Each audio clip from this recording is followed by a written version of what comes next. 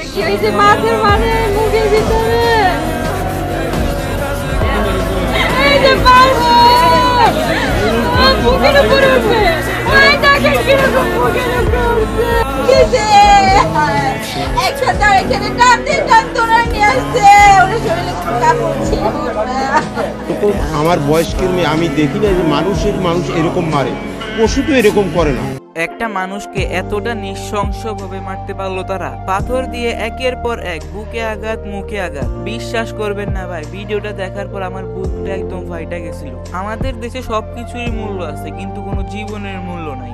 এদেশে মানুষকে ভাত খাওয়াইয়ে মারা হয়, হাসির কারণে মারা হয়, এমনকি চাঁদাবাজির জন্যও মারা হয়। এগুলা নিয়ে কথা বললে ভাই ভদ্র ভাষায় বলা যায়, কিন্তু ভাষায় একটু খারাপ করলে ইউটিউবে আর আমার এই ভিডিওটা রাখবে না। নিজের যে অনুভূতিটা সেটাও প্রকাশ করতে পারছি না। হত্যাকাণ্ডের ভিডিওটা কে কে দেখছো? আমি পুরোটা দেখতে পারি নাই, কারণ এরকম নৃশংসভাবে হত্যা আমি আমার লাইফে জীবনও দেখি নাই। একটা মানুষকে এইভাবে জনগণের সামনে পাথর চাপা দিয়ে মারলো, কিন্তু একটা মানুষও আসেনি তাকে বাঁচাতে। সবাই দাঁড়ায় দাঁড়ায় শুধু ভিডিও করছিল। তারা তো পারতো মানুষটাকে বাঁচাতে। আজ কোথায় গিয়ে দাঁড়ালো আমাদের এই বাংলাদেশ? একটা মানুষকে এইভাবে পাথর চাপা দিয়ে মারে, সে কোনো মানুষ না, সে হলো একটা জানোয়ার। কি এমন দোষ ছিল তার? শুধুমাত্র চাঁদাটা দিতে পারেনি তাই তার জীবন দিতে হলো। কথাটা এমন হয়ে গেল না, চাঁদা দিবি না হলে জীবন দিবি। তার বাসায় তার ছেলে এবং তার ওয়াইফও আছে। এখন এদের দায়িত্ব কে নিবে?